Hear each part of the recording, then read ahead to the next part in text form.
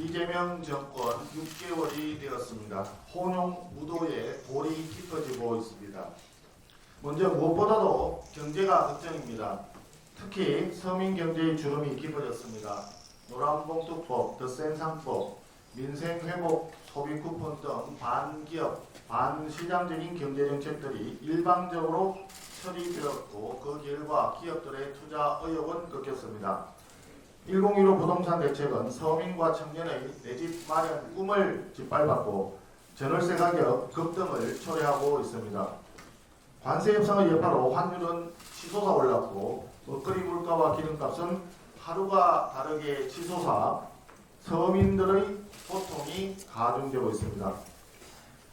그런데 이재명 대통령은 물가 상승 이유가 급격한 경제 회복세 때문이라는 황당한 주장을 합니다. 또한 집값 상승은 투기 세력 탓합니다. 환율 상승은 수학개미 탓합니다. 책임은 무조건 돌리고 회피하고 있습니다. 국민들은 이렇게 생각합니다. 호텔 경제학 수준의 경제 인식을 갖고 있으니 과연 경제 정책이 제대로 되겠냐라고 말씀하십니다. 둘째, 의문의 비선 실세, 김현지 실장의 국정농단은 나날이 커지고 있습니다. 역대 총무비서가 모두 대통령의 최측근이었지만 국회 국정감사에 출석하지 않은 사람은 지난 30년간 김현지 비서관뿐입니다. 김현지 부속실장은 이제 장관 후보자 낙마 통보와 산림청장 등 주요 공직 후보자 추천뿐만 아니라 민간협회장 인사까지 주무르는 인사농단의 최정점에 서 있습니다. 김남국 비서관만 꼬리 자르기식 사표를 냈고 김현지 실장은 여전히 존엄의 위치를 유지하고 있습니다. 김남국 비서관의 죄는 아마도 청탁을 전달한 죄가 아니라 존엄한 이름을 함부로 거론한 죄 아닌가 궁금합니다. 87년 민주화 이래 김현지 실장만큼 무소불위의 실세는 없었습니다. 역대 최강 실세입니다. 그런데 국민은 그 사람이 어떤 사람인지 기본적인 정보조차 모르고 있습니다.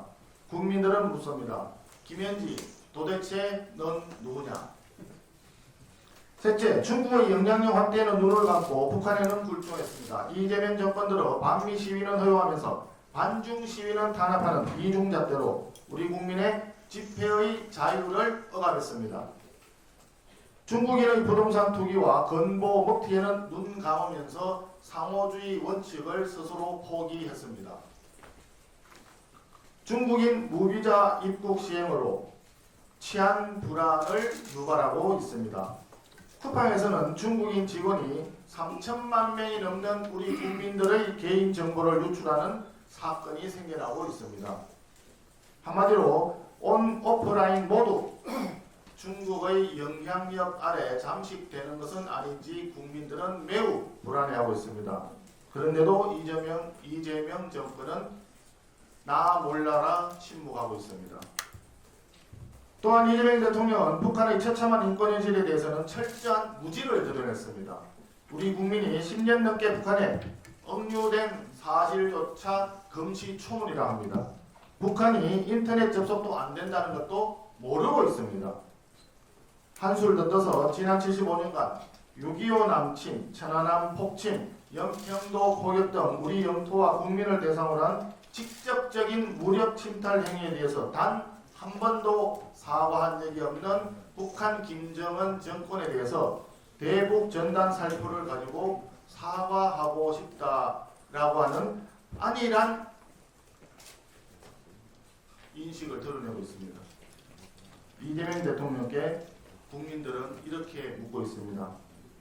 대통령님, 대북 송금 사건 때문에 북한에 약점을 잡혀서 그러시는 건가요? 왜 이렇게까지 굴종해야 되는 건가요? 국민들의 질문에 답해 주시기 바랍니다.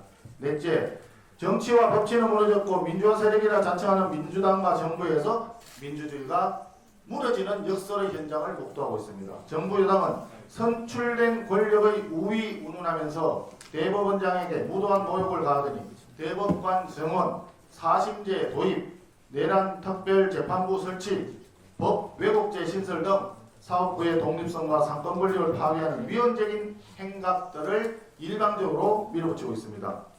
국회 법사위는 툭하면 야당 의원이 마이크를 끄고 폐장명령을 일삼는 독재자 추미애 위원장, 파렴치한 성추행범이자 거짓말쟁이 장경태 의원, 그리고 그 성추행범을 두둔하는 2차 가해범들로 가득 찬 성폭력범 보호위원회로 전락했습니다. 검찰은 정권 고위층의 외압을 받아 이재명 대통령이 설계한 대장동 비리 범죄자 일당에 대한 항소를 결국 포기했고 국고 환수해야 할 7,800억 원의 범죄 수익은 범죄자들의 주머니에 들어가 버렸습니다. 대통령은 대북 송금 사건 공범 이화영을 기소한 검사들을 감찰 또 수사하라면서 노골적인 보복을 지시했습니다. 그야말로 완벽한 범죄자 주권 국가가 되고 있습니다. 이재명 정권은 이와 같은 모든 실정을 은폐하기 위해서 야당 탄압 내란몰이가 아닌 듯합니다. 내란파리 공세로 일관해왔고 이제 낯지 우둔하면서 내란파리에 더욱 박차를 가하겠다는 의지마저 밝혔습니다. 야당을 넘어서 교회, 군, 경찰, 검찰, 사법부 나아가 공직사회 전체를 대상으로 내란파리 공작 정치를 하고 있습니다. 한마디로 공포 정치 시대입니다. 결국 지난 6개월 국가의 기본 시스템과 질서는 파괴되었고 국민은 피폐한 삶을 살고 있습니다. 혼용무도, 대한민국 자살 항로, 그것이 이재명 정권의 지난 6개월의 모습입니다. 이제 기본에서 다시 시작해야 합니다. 국민의힘은 대한민국 역사와 국민을 기망하는 거짓말 정권으로부터 나라의 미래를 지켜내는 대한정당, 정책정당으로서의 길을 걸을 수 있도록 최선의 노력을 다하겠습니다.